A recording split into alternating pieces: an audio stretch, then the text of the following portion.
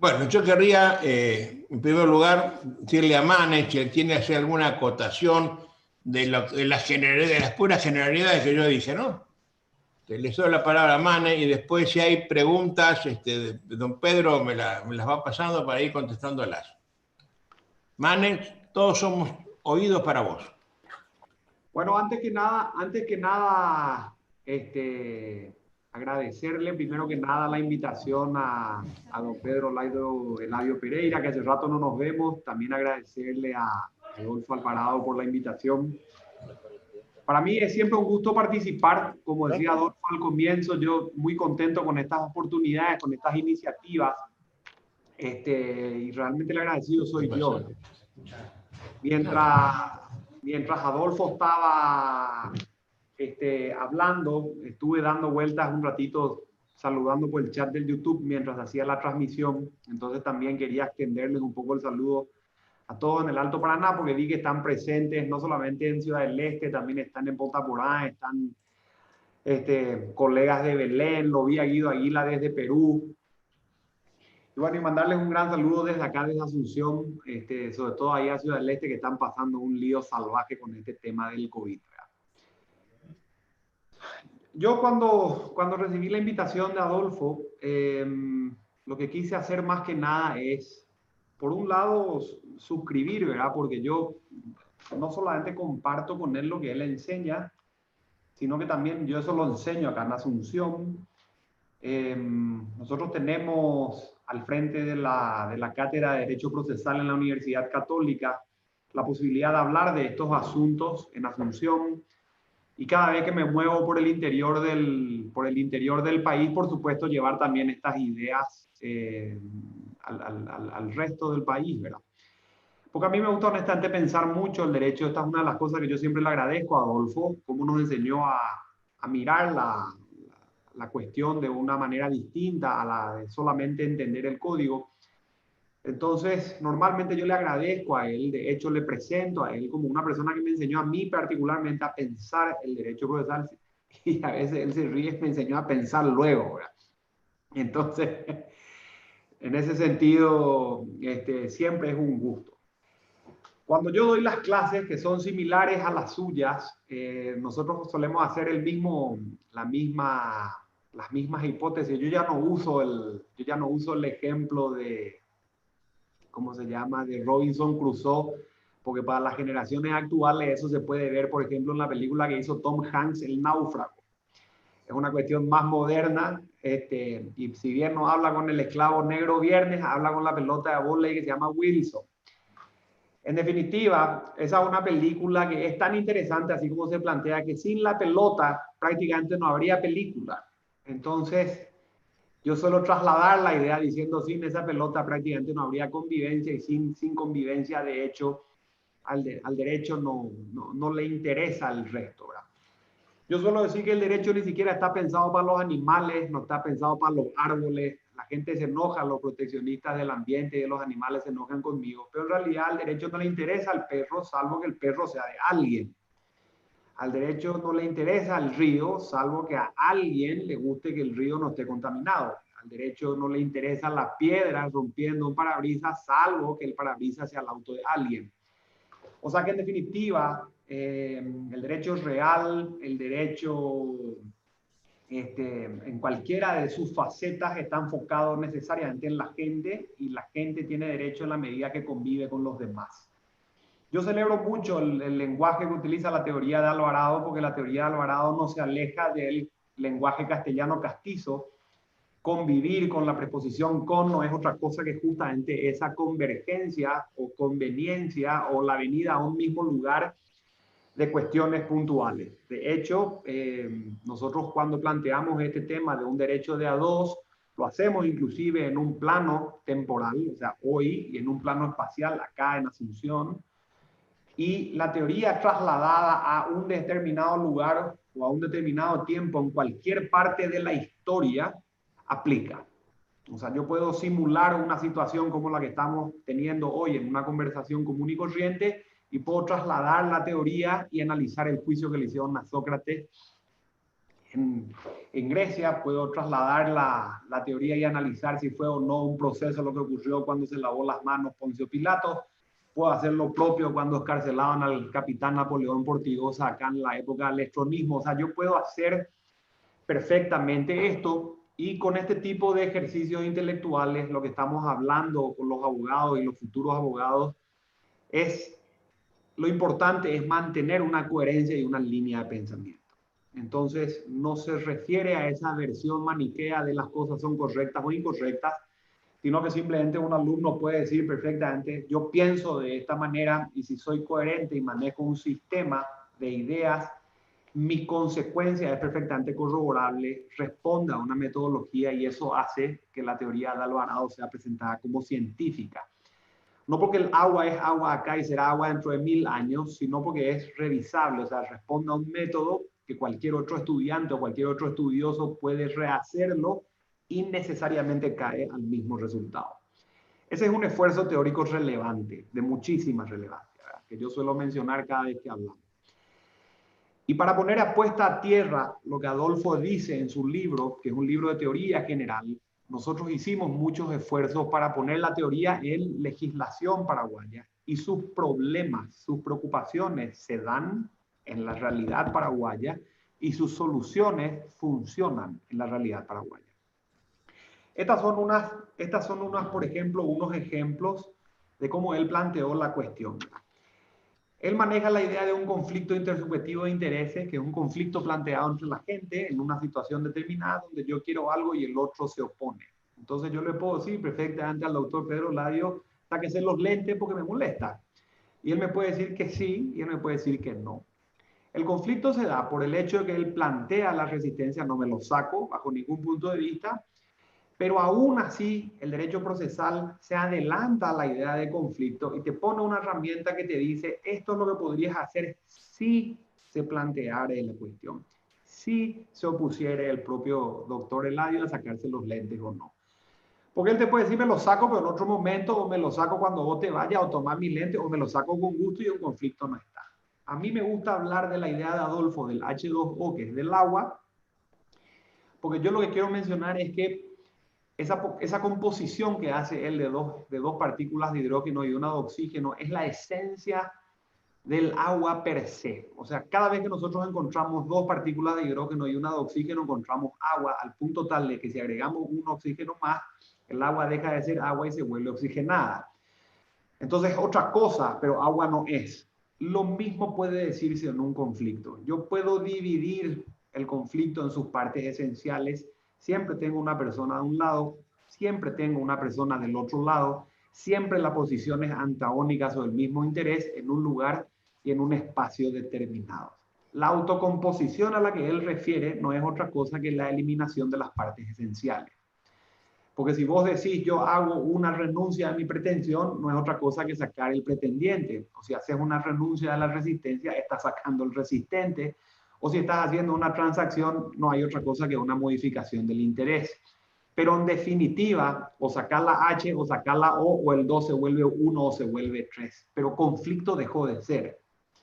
O sea, hay un cambio en la composición esencial de lo que se llamaba conflicto al comienzo, porque salen sus partes esenciales o sale alguna, lo que por lógica me lleva a sostener que cada vez que una persona encuentra la resistencia al otro al mismo tiempo, o el mismo interés en un lugar y en un tiempo determinado, conflicto hay, y cuando algo de eso falta, conflicto ya no puede haber. Esa es la consistencia a la que yo refiero. Esa es la coherencia a la que yo refiero.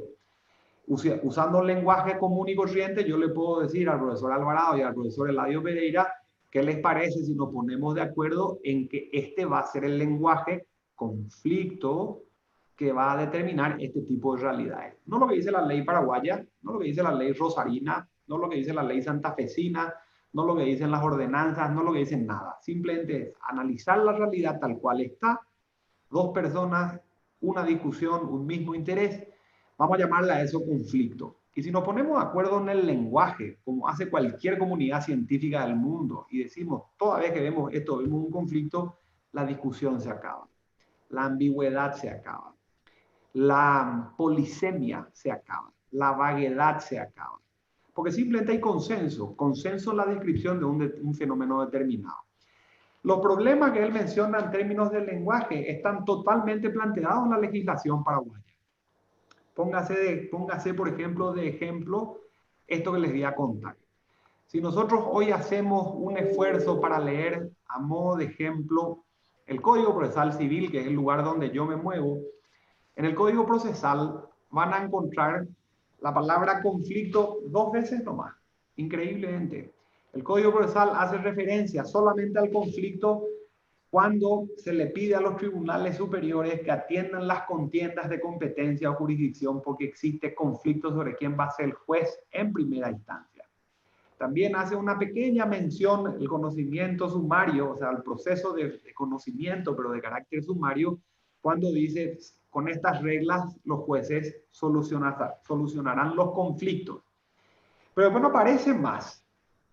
La Constitución, por ejemplo, no habla de este tipo de conflictos, habla de conflictos indígenas. Está eso en uno de los artículos. Habla de conflictos de trabajo, habla de conflictos armados entre naciones, habla de conflictos de intereses, pero solamente en materia de huelgas o en materia de paros. Habla inclusive de conflictos de jurisdicción. Y algo similar hace, por ejemplo, el Código de Organización Judicial diciendo existen conflictos laborales. Si yo utilizara las 3 normas por excelencia que manejan nuestra materia civil, la que organiza la corte donde discuto, la que organiza el proceso con el que discuto y la Constitución dentro del marco de que discuto, el conflicto es más de una cosa. Eso es polisemia, más de un sonido, más de una acepción, más de un significado, y es natural que en vez de tener diálogos entre abogados, tengamos monólogos, como decía el profesor Alvarado, que no es otra cosa que un conjunto de gente gritando en el mismo lugar diferentes temas. No hay realmente construcción de ideas, no hay realmente diálogo, porque simplemente es la gente hablando de cosas distintas con el mismo nombre, y eso sí plantea un problema. La legislación paraguaya tiene el mismo lío con la palabra litigio. El litigio, por ejemplo, aparece en el Código Procesal Civil cuando lo que resuelven nuestras sentencias definitivas son litigios. También se desisten litigios, se transigen litigios o se plantean pruebas anticipadas sobre el litigio que se teme que va a iniciarse. Si yo utilizo la terminología de Alvarado, una sentencia correctamente resuelve litigios, pero un desistimiento no necesariamente desiste litigio cuando debería en realidad autocomponer conflictos. Hay una discrepancia lingüística entre cómo se describe un fenómeno. Que un santafesino hable con un paraguayo sobre códigos procesales, pese a que nuestro código se construyó sobre el bonaerense y sobre el santafesino, es muy probable que sean 2 personas hablando de cosas distintas en el mismo lugar. Porque es un problema lingüístico, en definitiva, donde no hubo consenso en razón de una teoría que describa un fenómeno determinado. Lo mismo ocurre con controversia, por ejemplo. No hay una sola mención a la controversia en el Código Procesal Civil, ninguna. Pero aparecen totalmente presentados los hechos como controvertidos. O sea, la única controversia que refiere el Código Procesal Civil a lo largo del código, en más de 10 artículos inclusive, es que los hechos son controvertidos. Pero no menciona que la discusión que yo tengo con la gente es controversia en ningún sentido. Puede ser un litigio en algunos casos, puede ser un conflicto en algunos otros casos, nunca es controversia, pero mi conflicto o mi litigio tiene hechos controvertidos. Entonces hay una triangulación de conceptos que en su teoría son distintos, pero en el código pueden significar los mismos según el contexto. Y es natural que los abogados que estudian no solamente códigos, sino procesos y además códigos mal escritos, hablen de la misma manera. Hablen sin estudiar una teoría y hablen con la ambigüedad propia de un código, ¿verdad? De un código que está mal escrito. Y esto, si ustedes quieren llevar la relación inclusive a mucho más lejos, no hace falta que hablemos de conflictos o de litigios, nomás se puede hablar, por ejemplo, de la cuestión que se ventila. Esa es una de las famosas frases que todavía se encuentran en más de 20 artículos a lo largo del Código Procesal, se encuentran en el Código Procesal Penal, se encuentran en el Código Procesal Laboral, se encuentra la vieja ley contenciosa, estamos hablando de al final de los 30, en la época de Morinio, cuando acá solamente se mataban los presidentes a cañonazos. Todo esto se escribía así. Entonces es natural que nosotros encontremos desde la legislación muchísimas vaguedades, muchísimas ambigüedades. La misma definición que da él en su libro, en términos de arbitraje, en términos de mediación, en términos de amigable composición, nuestra legislación recoge. Antes, el Código Procesal Civil tenía todo un libro, el quinto, el último, el sexto o el último, son 5 en realidad, son el quinto, el último, está totalmente derogado por la nueva ley de arbitraje y de mediación. Lo mismo ocurría con el Código de Organización Judicial, derogado por la misma ley. Si hoy se lee la ley que es del año 2002, esa ley de la mediación y el arbitraje dice este tipo de cosas. Por ejemplo, el arbitraje es un pacto entre gente que define o decide controversias. Estamos hablando de otro tipo de acepción no utilizada en nuestros códigos procesales. La controversia puede ser o no contractual, o sea, no es propia de una situación en el marco jurídico de un proceso, sino se habla de controversias contractuales o no contractuales, como Alvarado las presenta en este caso en términos de conflicto. La mediación, por ejemplo, en la misma ley no resuelve controversia, resuelve conflicto. O sea, el mismo problema, la misma realidad, diferentes razones. Pero esa mediación, ahí sí coincide con él, resuelven las mismas partes con una solución amistosa de sus diferencias.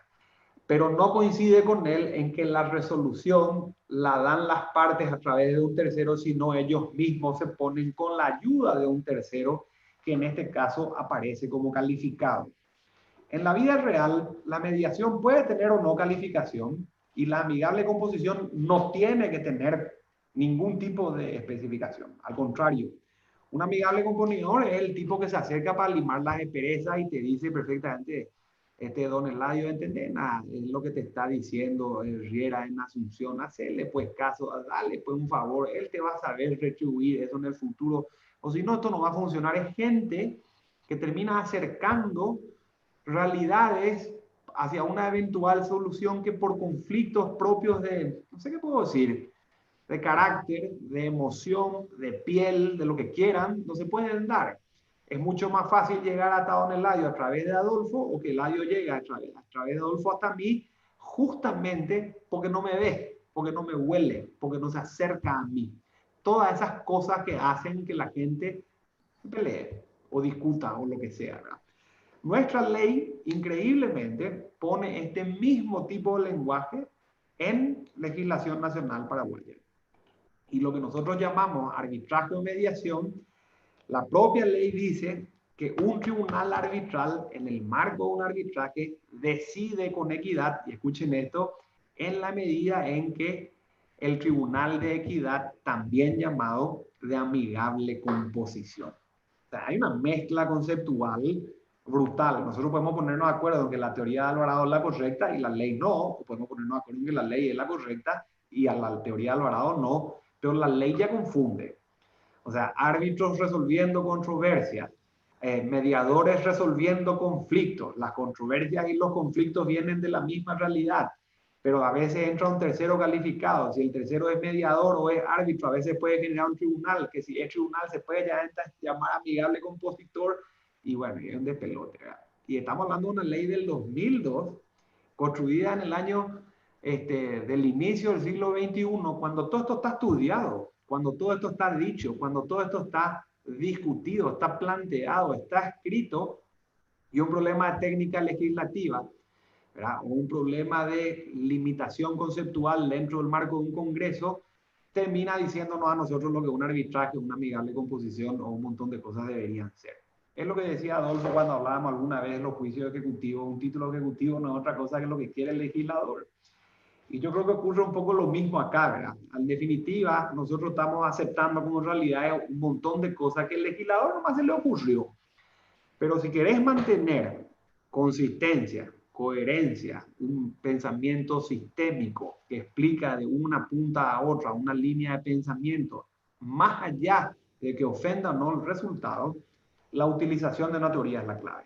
O sea, enmarcar la idea en el marco de una teoría que conceptualiza las cosas de una un sentido al otro, es lo más recomendado que nosotros hacemos. Y la advertencia que yo doy en clase es la suya. Yo le enseño a los chicos, no acepten más la enseñanza del derecho procesal como un recitado ciego y automatizado de códigos procesales. Nosotros tenemos que ser, si vamos a estudiar derecho procesal, capaces de, primero como abogados, reflexionar estos asuntos, si van a ser jueces con mayor razón, ¿verdad? Y si van a ser legisladores sobre todo, porque los principales estudiantes de derecho son los futuros legisladores. Estadísticamente los abogados contaminan el Congreso y esos son los responsables que tengamos las leyes que tenemos. Es increíble, o sea, nosotros somos la causa y la razón de todos los problemas en términos legislativos. Yo creo que lo más rico que tiene la teoría de Adolfo enseña eso, enseña coherencia, enseña consistencia, enseña a mantener una línea de pensamiento que si se sigue a cabalidad le permite a cualquier otro estudioso a llegar a la misma conclusión. Y lo más interesante es que tiene no solamente lógica, sino sentido común. Pasó en el pasado, está corroborado por hechos históricos que no se pueden soslayar y puede seguir pasando sin problema porque el hombre es normalmente un ser de hábitos, ¿verdad? Entonces es difícil cambiar sus hábitos. Yo creo que lo que él dice se puede perfectamente enseñar en Paraguay. De hecho, yo estoy enseñando lo que Adolfo está escribiendo hace mucho tiempo sus libros, más o menos del 2008. Son 12 años ya que te estoy enseñando, profesor. ¿Qué te parece?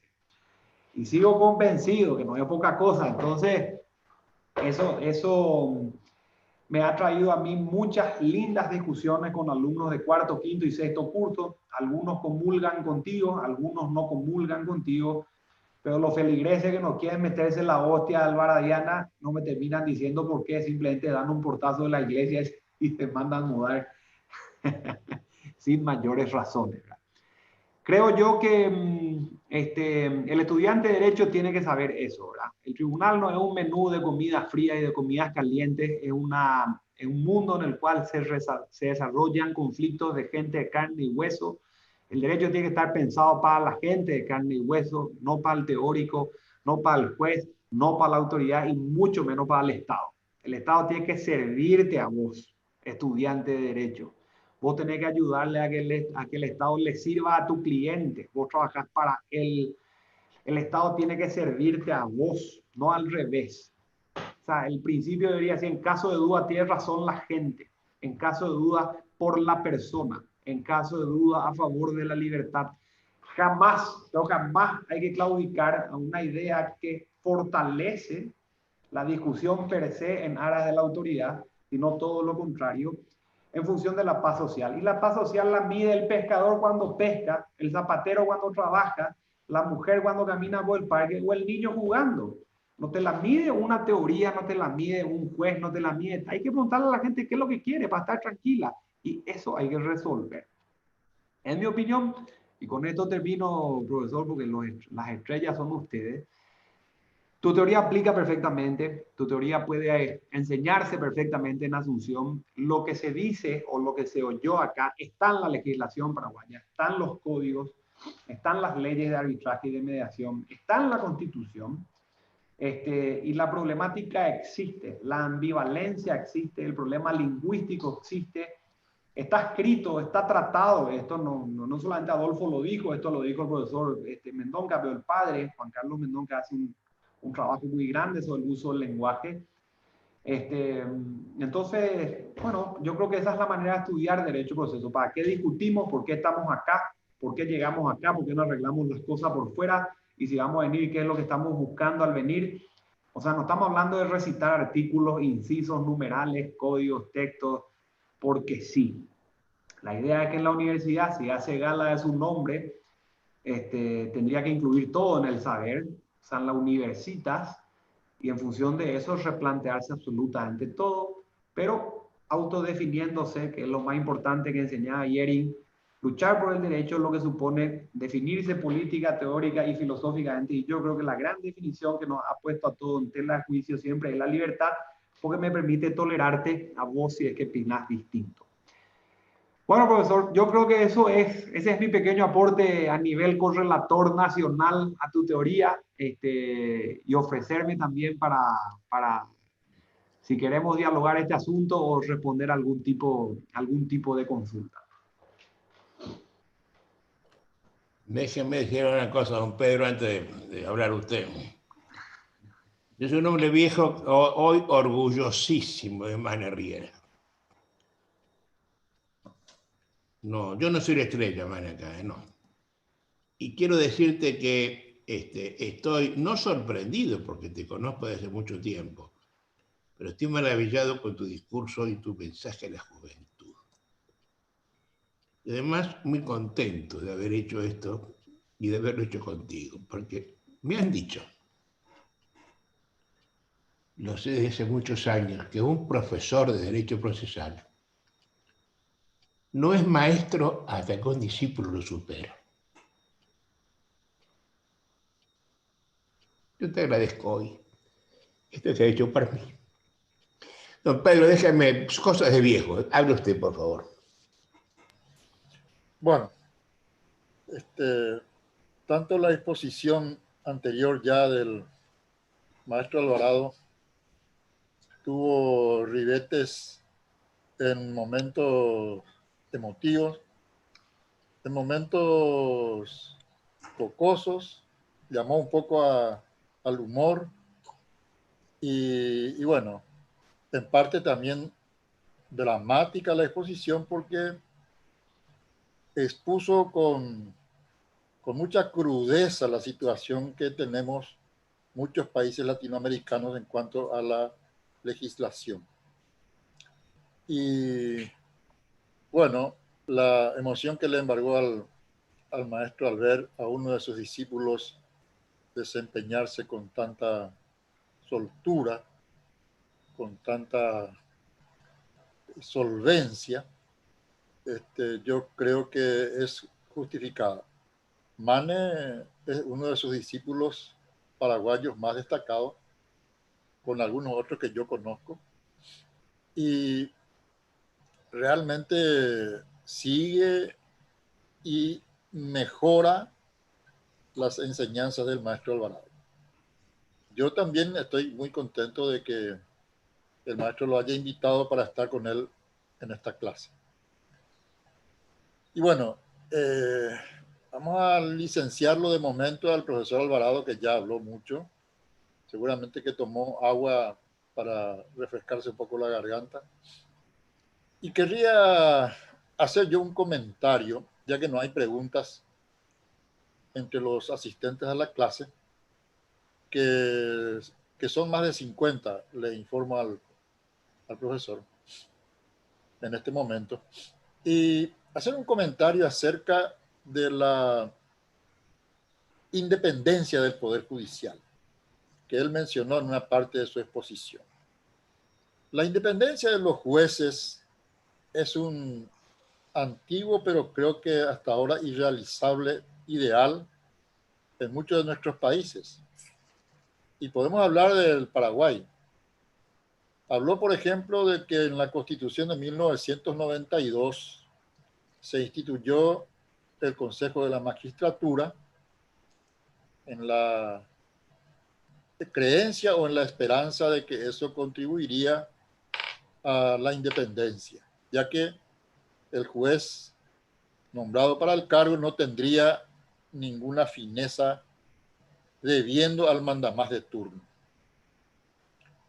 Y eso funciona en la medida en que también el propio Consejo de la Magistratura no esté respondiendo de algún modo al mandamás de turno o al grupo hegemónico, porque tenemos ejemplos en Paraguay.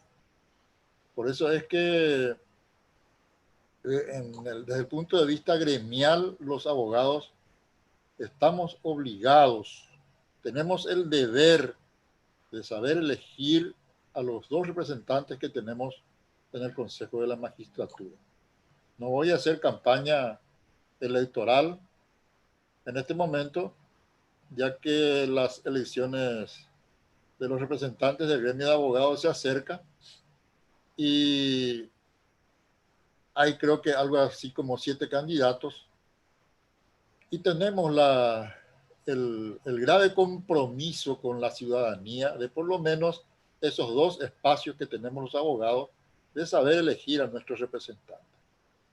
Sobre todo porque ese órgano extrapoder está en este momento, hoy mismo, está invadido de la política partidaria, está contaminado ese órgano, lamentablemente, y es hora de ir pensando seguramente más adelante en la modificación de su estructura, de su composición, a fin de que se elimine lo más posible la injerencia política partidaria. No hablo de la política, de las grandes políticas de Estado que se refieren a la administración de justicia. Y entonces, la cuestión de la independencia yo creo que no viene solamente por el Consejo de la Magistratura. No hay que olvidar que también ese consejo tiene representantes en el otro órgano extrapoder que cuida la puerta de salida del Poder Judicial, que es el órgano que enjuicia a los magistrados. Y tanto el uno como el otro tenemos algunos ejemplos en que podemos afirmar en forma inequívoca que en las decisiones de esos 2 órganos está metida la cuestión política, mal que nos pese. Y es hora que vayamos pensando en una modificación de esos órganos, modificar su estructura. Para eso naturalmente tendrá que venir una modificación, una reforma de la Constitución Nacional, que desde luego ya tiene sus años también. Y no hablo yo de una reforma total, quizá habría que hacerle algunos ajustes y ayornar a esa ley fundamental a los nuevos tiempos. Y sobre todo, utilizando las experiencias de su aplicación en todos estos años. Bueno, apenas quise hacer una acotación acerca de una de las cuestiones tratadas con tanta brillantez por el expositor de hoy, a quien aprovecho para agradecer nuevamente. No sé si Mane tiene algún comentario respecto a esa situación y o si el maestro quiere hacer alguna acotación también, porque ya que no hay preguntas, entonces vamos a terminar nuestra clase seguramente en tiempo. Adelante, Mane.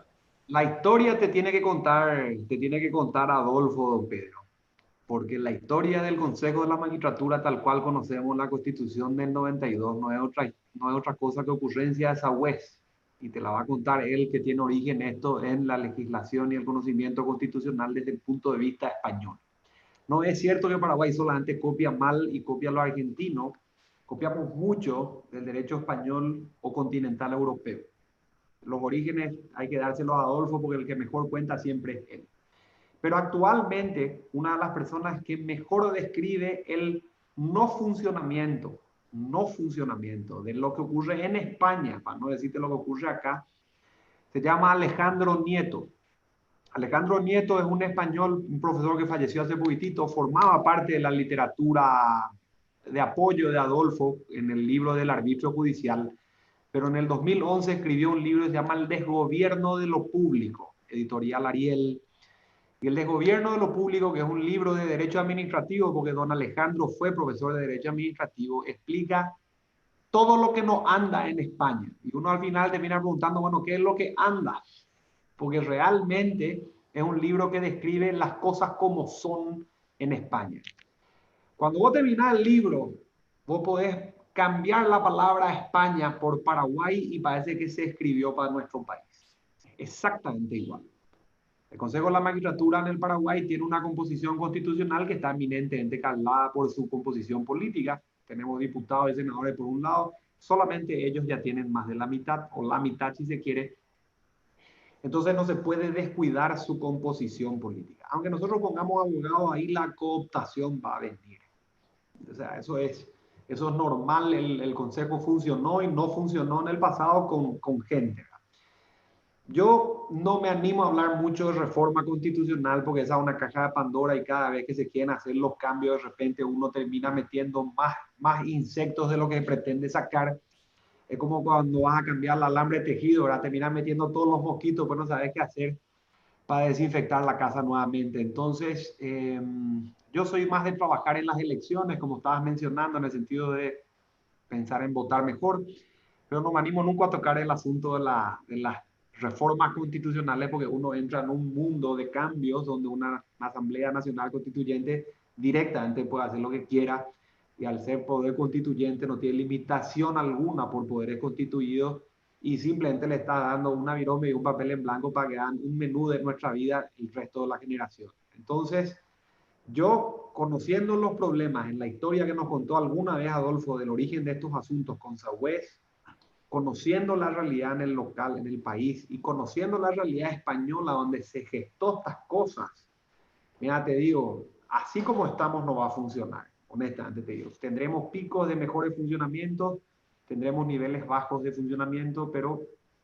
las riadas de injerencia política van a seguir viniendo, entonces el trabajo nuestro realmente es, desde el punto de vista de la academia, es la formación intelectual, crítica y reflexiva de las próximas generaciones que van a salir, no solamente como abogados, sino eventualmente como miembros de la docencia o como miembros de un consejo o como miembros de un poder político, donde deberían legislar con estas ideas y no con otras, ¿verdad?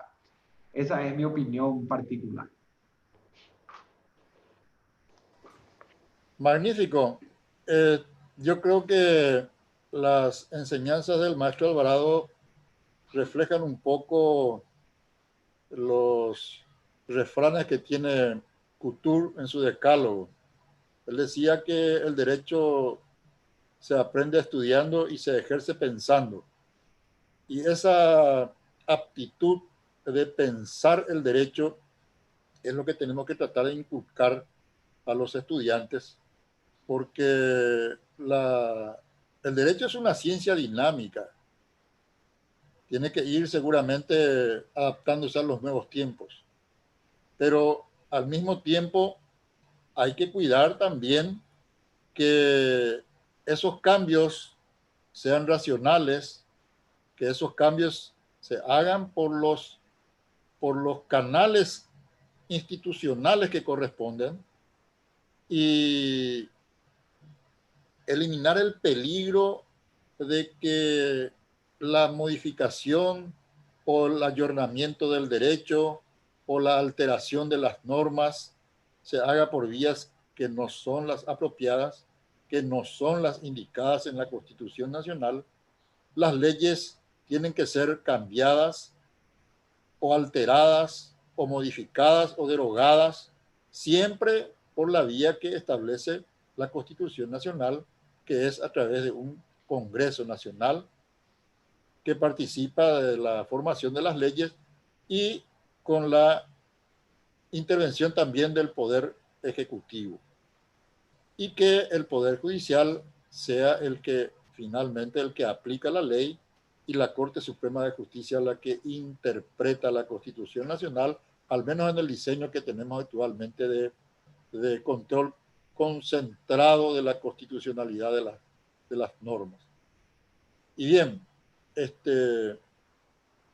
hay algunos mensajes, no sé si tuviste la oportunidad de leer, Mane, hay algunos mensajes en el chat del Zoom y más bien comentarios, no son preguntas, son comentarios que me gustaría leer un poco y comentar brevemente porque estamos ya a 5 minutos de la conclusión de nuestro horario.